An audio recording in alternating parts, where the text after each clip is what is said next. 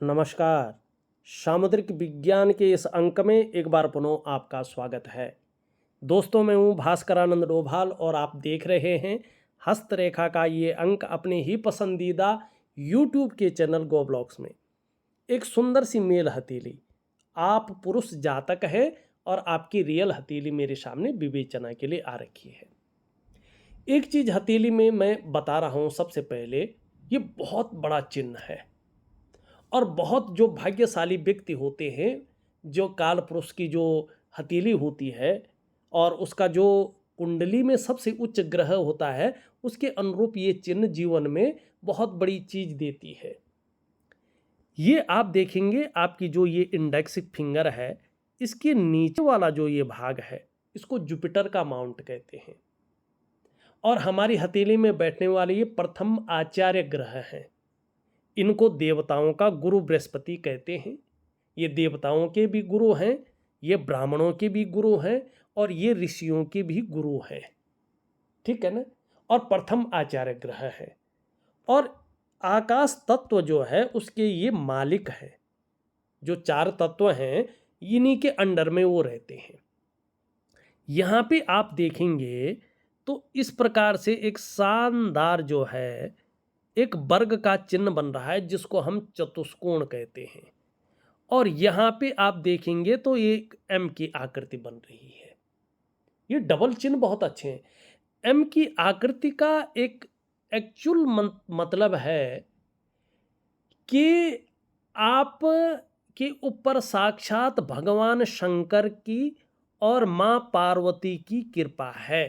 भले ही आप किसी की पूजा करते हो, किसी की आराधना करते हो, वो अलग चीज है, लेकिन आपके पंच महाभूतों की तरफ से देखें, आपके शरीर में जो 114 चक्र हैं उनके अनुसार देखें, आपके जीवन में जो 5 कर्म इंद्रियां हैं, 5 ज्ञान इंद्रियां हैं, नव द्वार हैं, पंच महाकोश है, उनके अनुसार देखें तो आपके जो आराध्य देव हैं वो भगवान शंकर हैं और आपकी जो अधिष्ठात्री देवी हैं वो माँ पार्वती हैं। अब चाहे काली की पूजा करो, चाहे दुर्गा की पूजा करो, चाहे भगवती राजराजेश्वरी की पूजा करो, लेकिन हैं वो पार्वती के रूप। तो आपको भगवान शंकर के शरणागति जाना चाहिए और माँ पार्वती की आराधना आपको जीवन में करनी चाहिए। आपको ये बहुत बड़ी ऊंचाइयों पे पहुंचा देगा, इसमें कोई दो राय नहीं है। ये चतुष्कोण अपने आप में बहुत बड़ी चीज है, वर्ग का निशान होता है। ऐसे व्यक्ति जो है कुशल प्रशासक होते हैं। कितना भी इन्होंने साधारण घराने में जन्म लिया हो, अगर ये मेहनत करें और भगवान बृहस्पति की इनके ऊपर कृपा हो जाए, क्योंकि यहाँ पे बृहस्पति आपकी जो है थोड़ा सा ऊर्जा कम प्रोवाइड कर रहे हैं, केवल आपके जीवन में ये 75% ऊर्जा ही रिलीज कर पा रहे हैं और 25% ऊर्जा की खपत नहीं हो पा रही है। ठीक है ना। अगर इनकी ऊर्जा बहुत अच्छा हो तो आप जिस भी क्षेत्र में काम कर रहे हैं ना, अत्यंत उच्च पद तक पहुंच जाएंगे और पूरे संसार में सम्मान के पात्र बनेंगे। ठीक है ना। ये यहाँ पे दिखाई दे रहा है। अब आपका मुख्य प्रश्न हम लेते हैं। आपका मुख्य प्रश्न राजनीति से संबंधित है कि आप आने वाले समय में राजनीति में अपना भविष्य बनाना चाहते हैं, उसमें आप निरंतर कार्य भी कर रहे हैं। कैसा रहेगा ये पूछ रहे हैं। देखिएगा, हथेली में देखना बड़ा सरल है, अगर आप थोड़ा सा भी ध्यान दें तो। राजनीति के लिए 4 ग्रहों का पुष्ट और सुंदर होना बहुत जरूरी होता है और इसमें होता है मंगल सबसे पहला। तो ये देखिएगा, आपका ऊपरी मंगल तो बहुत अच्छा है, मानी पराक्रम जीवन में बहुत अच्छा बना हुआ है, एनर्जेटिक स्वभाव बना हुआ है, जो भी आपसे मिलता है वो कंफर्टेबल फील करता है। परिस्थितियाँ चाहे कैसी भी हो, आप परिस्थितियों से नहीं भागते हैं, डटकर उसका मुकाबला करते हैं। आपको पता है कि हर परिस्थिति का अपना सॉल्यूशन है, समस्या है तो उसका सॉल्यूशन भी है। तो मंगल आपका बहुत अच्छा है और देखो, ग्रहों का सेनापति मंगल है, लेकिन थोड़ा निम्न मंगल है। ये पुष्ट तो है, सुंदर है, चीजें अच्छी दे रही है, लेकिन कई बार जीवन में कन्फ्यूजन की स्थिति देता है। जो निर्णय लेने की ताकत है उसको थोड़ा छीन कर रहा है। समझ में नहीं आ पा रहा है कि वास्तव में करना क्या चाहिए और किस तरफ हमें जाना चाहिए। ठीक, लेकिन राजनीति के लिए 100% ये ग्रह आपके लिए बहुत अच्छा है। इसके अनुसार आप राजनीति में जबरदस्त तरीके से खेल सकते हैं। लेकिन केवल इसी से नहीं, दूसरा ग्रह लेते हैं, ये है देवगुरु बृहस्पति। यहाँ पे देवगुरु बृहस्पति देखेंगे धीरे धीरे शनि की तरफ दृष्टिगोचर कर रहा है। जब भी ये शनि की तरफ दृष्टिगोचर करता है तो परिवार को लेके हल्की फुल्की चिंताएं देता है, या दाम्पत्य जीवन का जो चरम सुख का भोग है उसके बीच में परिस्थितियां खड़ी करता है। ठीक है ना, कोई भी चरम सुख का भोग व्यक्ति नहीं भोग पाता। ऐसा नहीं कि वैचारिक मतभेदता हो, आप में लड़ाई हो, नहीं, कोई और परिस्थितियां ये कहीं ना कहीं जो है करेगा। अब ये ऊर्जा थोड़ा कम कर रहा है, राजनीति के लिए सबसे ज़्यादा जरूरी है, तो ये 25% की कमी दे रहा है उसमें। इसके अनुसार रिस्की है राजनीति। रिस्की का मतलब क्या है कि वहाँ तक तो पहुँच जाएंगे लेकिन कुर्सी में बैठते बैठते रह जाएंगे, कुर्सी में नहीं बैठ पाएंगे। तो इसके लिए आपको अपना बृहस्पति ठीक करना होगा। देखिएगा, जब भी बृहस्पति थोड़ा सा भी कमज़ोर होता है ना, ये देवगुरु हैं, सच में देवगुरु हैं, ऐसा ही नहीं इनको देवगुरु बोला गया है। गुरु का मतलब होता है सिखाने वाला। अगर ये थोड़ा भी खराब स्थिति में आने शुरू हो जाए तो धीरे धीरे धन की दिक्कतें बना लेता है। ऐसा व्यक्ति पूजा पाठ में तो लगा रहता है लेकिन इष्ट कृपा एकदम उसका जो आउटपुट है वो उस प्रकार से नहीं निकलता है। ठीक है ना, कई बार देखना कि ऐसे लोगों का जो एक होती है ना तरक्की, वो तरक्की नहीं मिल पाती। व्यक्ति अपने आप को तो पूरी तरह से खपा लेता है, 100% अपने आप को दे देता है, लेकिन बस गुजारा करता रहता है। ऐसे में इनकम तो बढ़ सकती है लेकिन इंसान ने लेवल पार करके दूसरे ऑर्बिट में नहीं पहुंच पाता है। ऐसा इसका स्थिति आती है। ये प्लेटफॉर्म देता नहीं है, अगर दे भी दे तो व्यक्ति प्लेटफॉर्म को यूज नहीं कर पाता है। जिसने बहुत कम मेहनत की, जो सामाजिक कार्य या कुछ कर ही नहीं रहा है, बस उसका नाम है और वो आगे बढ़ गया, और जो ये अपने आप को खपा रहे हैं ना, इस बृहस्पति की वजह से ये वहीं के वहीं रह जाते हैं। ठीक, और चीज़ में सफलता तो मिलेगी, चीज़ें तो मिलेंगी, लेकिन फिर वही एक जो है लेवल पार करके दूसरे ऑर्बिट में नहीं पहुंच पाता है। तो राजनीति के लिए अभी ये 25% की कमी दिखा रहा है और बड़े रिस्क लेने से मना कर रहा है। तीसरा होता है सूर्य। सूर्य सरकार का भी कारक है और सूर्य जो है एक ब्रांड भी बनाता है, यश भी देता है। अब यहाँ पे देखेंगे तो सूर्य में धीरे धीरे एक मछली का चिन्ह बन रहा, पूरा नहीं बना लेकिन बन रहा है। और कहा गया है यस्य हस्ते मत्स्य रेखा कर्म सिद्धिश्चो जायते धनाड्यस्तु सो विज्ञेयो बहुपुत्रो न संशयो। तो सूर्य आपका अच्छा है, सूर्य खराब नहीं दिखाई दे रहा है, तो सूर्य के कारण आप जा सकते हैं। अभी 2 ग्रह ऐसे आए जिसके कारण राजनीति में सफलता है, और एक ग्रह ऐसा आया जो रिस्क लेने से मना कर रहा है। चौथा ग्रह वो होता है चंद्रमा। आपका चंद्रमा पूरी तरह से खराब है, चंद्रमा ठीक नहीं है, आप खुद देख लीजिएगा। चंद्रमा टोटली मना कर रहा है कि राजनीति में जो है कुछ नहीं है। तो 65% आपके जीवन में, या 70% मान लो, आपके जीवन में राजनीति की सफलता के चांस हैं, और 30% इसमें जो है सफलता नहीं है। तो अब आपके ऊपर है आप क्या करते हैं। मैं उपाय दे दूंगा, आप जरूर करें, तो आपको निश्चित तौर पे अगर ग्रह स्थिति बदलती है तो लाभ होगा। ये यहाँ पे बता दूं, 2 सालों तक जो है, अभी कम से कम 18 महीने तक आपकी हथेली में जो है पूरी तरह से ऊर्जा रिलीज नहीं कर पा रहा है, और ये 12 महीने तक आपके जीवन में सही से ऊर्जा रिलीज नहीं कर पा रहा है। बाकी ये दोनों ग्रह आपके बहुत अच्छे साथ दे रहे हैं। राजनीति में बुध का अपना महत्व होता है, बुध आपका बहुत पावरफुल है, मंगल आपका पावरफुल है, सूर्य आपका बहुत अच्छी स्थिति में है, कहीं ना कहीं नेम फेम देगा। लेकिन ये दो ग्रह कहीं ना कहीं जो है बता रहे हैं आपको रिस्क नहीं लेना चाहिए, ठीक है ना। इसका उपाय मैं दे दूंगा, उपाय कर लीजिएगा। अब एक चीज़ देख लीजिएगा आप अपनी हथेली में, यहाँ पे आप देखेंगे नाड़ी रेखाएं आपकी हथेली में इस चीज़ को काट रही हैं। नाड़ी रेखाएं का मतलब है, और यहाँ से देखेंगे आप तो ये इस तरफ झुकता हुआ दिखाई दे रहा है। केतु पे देखेंगे आप तो रेखाएं एकदम स्पष्ट नहीं है। चंद्रमा देखेंगे पूरी तरह से पुष्ट नहीं है। तो क्या दिखा रहा है, आपके जीवन में पितृदोष है। एक्यूरेट स्थिति देखें हम तो जीवन में पितृदोष आ गया है। अब ये पितृदोष के लिए क्या करना, जरूरी नहीं वर्तमान पितर ही हो सकता बहुत पहले का कोई पितर हो, ठीक है ना। और पितृदोष का दो हिसाब आता है। एक होते हैं अपने वंश के पितर, जो कहीं ना कहीं जो है आवागमन की स्थिति में थोड़ा फंसे रहते हैं, ठीक है ना, त्रिशंकु बन के।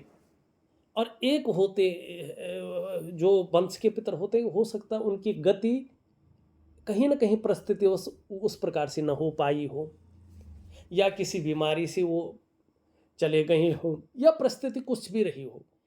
एक होता है कि किसी के साथ आपके पूर्वजों का जो है अनबन हो गया है और उसकी जो आत्मा है वो लग गई हो, वो भी पितृदोष में ही आता है, ठीक है ना। और वो आपको कहीं ना कहीं परेशान कर रही हो। अब भाई इसके लिए क्या करना चाहिए, देखिएगा इसके लिए दो काम करने चाहिए। एक काम तो मैं ऑडियो में दूंगा, क्या करें आप जिससे नेगेटिव एनर्जी आपके घर में ना आए, ठीक। दूसरा काम क्या है कि आपको कहीं ना कहीं जो है, अब वो ये होता है जो बड़ा भाई होता है उसके हाथों से होता है, लेकिन कई परिस्थिति बस बड़ा भाई न कर पाया। देखिए ये जितने भी भाई आप होंगे सब पे पितृदोष का बहुत ज़्यादा प्रभाव पड़ रहा होगा। 100% पितृदोष व्यक्ति को बर्बादी की ओर ले जाता है। सब कुछ सही होते हुए भी आंतरिक खुशियां नहीं हो पाती हैं। सेहत को लेके, पैसों को लेके, तरक्की को लेके, प्रतिष्ठा को लेके चीज़ें कन्फ्यूजन में रहती हैं, उलझन में रहती हैं, दुविधाओं में रहती हैं, ठीक है ना। तो इसके लिए क्या करना है, आपको अपने पितरों के निमित्त किसी दिव्य स्थान में नारायण बलि करनी है अपने कुल पुरोहित के द्वारा। कहाँ कहाँ पे की जाती है देखिएगा, बहुत ज़्यादा तो मुझे नहीं मालूम, पर लेकिन 3 क्षेत्र मुझे मालूम है कि यहाँ पे करने से पितरों को मोक्ष की प्राप्ति होती है और उनका सबसे बड़ा आशीर्वाद व्यक्ति को मिलता है। एक है गया जो बिहार में है, लेकिन वहाँ पे बहुत ज़्यादा अगर भीड़ हो, सही तरीके से न कर पाए तो दूसरा स्थान है देवताओं की भूमि उत्तराखंड में हरिद्वार। इसमें नारायण शिला है। अगर नारायण शिला में अपने पितरों के निमित्त नारायण बलि की जाए तो पितृ मोक्ष को प्राप्त करते हैं और अपने वंश को जो है एक ऐसा आशीर्वाद प्रदान करते हैं कि वो बहुत अच्छी तरह से वट वृक्ष की तरह फलता और फूलता जाता है, दुनिया में नाम कमाने वाला होता है, शोहरत कमाने वाला होता है, प्रतिष्ठा कमाने वाला होता है, और एक वंश की जड़ को मजबूत करके ऐसा खानदान स्थिति उत्पन्न करता है कि लोग कहते हैं ये खानदानी है, ठीक है ना। ये शख्सियत इनके जीवन में पैदा होती है। तीसरा स्थान जो मुझे मालूम है जिसको इस भूमि का बैकुंठ कहा गया है, वो बैकुंठ धाम बद्री नारायण। वहाँ पे अलकनंदा के किनारे ब्रह्म कपाली है। वहाँ पे अगर पितरों के निमित्त पिंडदान या नारायण बलि की जाए तो पितर सीधा मोक्ष को प्राप्त करता है और अपने वंश को आशीर्वाद देता है। ये चीज़ आपको करनी ही पड़ेगी अगर वास्तव में सब को ठीक ठाक रखना है तो, ठीक है ना। नहीं तो ये जीवन में कोई ना कोई परेशानियां खड़ी करती रहेंगी, ठीक है ना। चाहे सेहत को लेके हो, चाहे तरक्की को लेके हो, चाहे कुछ भी चीज़ों को लेके हो, ये करता रहेगा, ठीक। तो देखिएगा, पूरा हथेली विश्लेषण तो नहीं कर पाऊँगा क्योंकि वक्त की थोड़ी कमी भी है, और जो मुख्य चीज़ें थी वो तो मैंने बता दिया है। एक दो चीज़ों पे और मैं थोड़ा सा जो है प्रकाश डालता हूँ और फिर आपको उपाय देता हूँ। यहाँ पे अगर हृदय की रेखा को देखें तो इन दोनों के बीच में ये जा रही है। इसमें देवगुरु बृहस्पति का और दैत्य जो है भाग्य स्थान शनि का प्रभाव पड़ रहा है। दोनों ग्रहों का यहाँ पे बलाबल आ रहा है। तो थोड़ा सा जो है भावुकता तो रहेगी जीवन में, दयालु प्रवृत्ति भी जीवन में रहेगी। हाँ, जैसे जैसे उम्र बढ़ेगी जीवन में बहुत बड़ी महत्वाकांक्षाएं हिलोरे लेंगे। आपकी सोच बहुत आगे बढ़ने की रहेगी। और गुरु का सीधा प्रभाव पड़ रहा है, देव गुरु बृहस्पति का, गुरु माने सबसे बड़ा। तो इसके कारण आपकी इच्छा भी एक टॉप लेवल तक पहुंचने की रहेगी, और वो भी रही है। वहीं शनि का प्रभाव पड़ रहा है। इसके प्रभाव के चलते आगे बढ़ने के लिए इन किन प्रकारेण जो भी आपसे हो जाए वो आप करेंगे भी, यहाँ पे ये दिखाई दे रहा है। वर्तमान में अगर देखेंगे तो आपके मस्तिष्क रेखा इस तरह से जो है ये चंद्रमा से प्रभावित हो रही है। एकदम सुंदर रेखा है, तो बौद्धिक स्तर बहुत अच्छा है, क्रिएटिविटी में बहुत अच्छे दिखाई दे रहे हैं। लेकिन चंद्रमा का प्रभाव पड़ रहा है तो इस अवस्था में प्रायो बहुत ज़्यादा सोचने वाला व्यक्तित्व उभर रहा है। ज़्यादातर हर समय कल्पनाओं में डूबे रहने वाला व्यक्तित्व उभर रहा है, और जो मन की एकाग्रता है उसको भी ये थोड़ा सा कम कर रहा है। एकाग्रचित कम हो पा रहे हैं, लेकिन बड़ी अच्छी और श्रेष्ठ सफलता भी हासिल करेंगे, ये भी यहाँ पे दिखाई दे रहा है। हाँ, थोड़ा कल्पना शक्ति बहुत ही ज़्यादा रहेगी, ये भी यहाँ पे स्पष्ट दिख रहा है। यहाँ बात करें जीवन रेखा की, जीवन रेखा बहुत अच्छी है आपकी, और उससे भी बड़ी बात जीवन की सहयोगी रेखा बहुत अच्छी है। वही भगवान शंकर के जो 11वें रुद्र रूप हैं वो हैं हनुमान जी। हनुमान जी की बहुत बड़ी कृपा है। अगर आप भगवान शंकर या हनुमान जी दोनों की अगर आराधना करें तो लाखों में, करोड़ों में, ठीक है ना। ये दूसरों का सहयोग आगे चलकर बहुत अच्छे रूप में दिलाएगा, ये हनुमान की रेखा। और जीवन में भगवान की भी आपके ऊपर बहुत अच्छी कृपा है, आप इसको अनुभव भी करेंगे। दूसरी ये लकीर इंगित कर रही है स्पष्ट रूप से, आप में बहुत अच्छी प्रतिभा है, तीव्र बुद्धि के आप मालिक हैं। सोचने और समझने की ताकत आप में विशेष रूप से ईश्वर ने दे रखी है, और ऐसा भी आगे चलकर व्यक्तित्व उभर कर आएगा कि एक बार यदि कोई निर्णय ले लेंगे तो उसे अंत तक निभाने का सामर्थ्य भी रखेंगे। आपका व्यक्तित्व भी अपने आप में अच्छा खासा प्रभावशाली रहने वाला है, ये रेखा स्पष्ट कह रही है। शुक्र का प्रभाव पड़ रहा है तो लापरवाही के गुणों से आपको बच के चलना होगा। यहाँ पे करियर और धन की रेखा देखें, ये बहुत अच्छी है। करियर और धन में बहुत जल्दी स्टेबिलिटी आने वाली है, इसका लाभ आपको मिलने वाला है। देखिएगा, भाग्यशाली व्यक्तियों की हथेली है। थोड़ी सी चीज़ें हैं, उसमें भी सबसे बड़ा दोष है पितृदोष। इस दोष को निपटाना बहुत ज़रूरी है। अगर ये पितृदोष नहीं निपटा तो जीवन में सब कुछ होते हुए भी, मानी कुर्सी के धोरे पहुंचते हुए भी आप कुर्सी में नहीं बैठ पाएंगे। इस बात का ध्यान रखना। तो जो अगर करना है अभी करना शुरू कर लीजिएगा, आपको लाभ होगा और बहुत बड़ा लाभ होगा। और उसमें भी कुछ शानदार उपाय दे रहा हूँ, विशेषकर इन दोनों ग्रहों की, क्योंकि इनको मजबूत करना बहुत ज़रूरी है और इस दोष को मजबूत करना बहुत ज़रूरी है। फिलहाल अभी यहीं तक। एक नई वीडियो के साथ पुनः उपस्थित होऊंगा, तब तक के लिए नमस्कार।